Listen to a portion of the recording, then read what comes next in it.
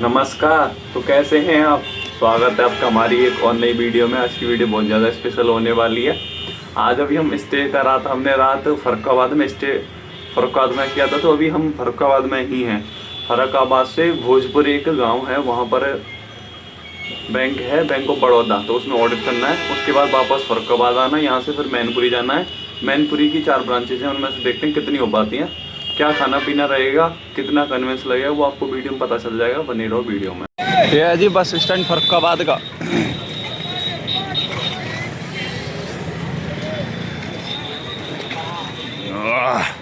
उत्तर प्रदेश परिवहन।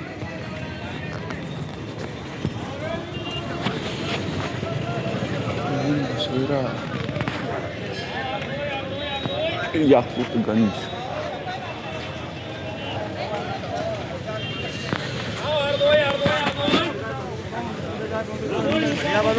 याकूतगंज साइड जाएगी।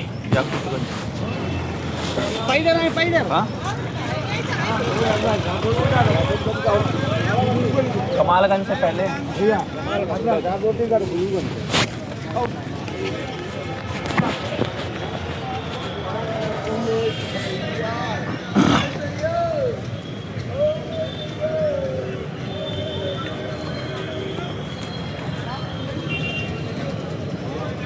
कम किराया फर्रुखाबाद।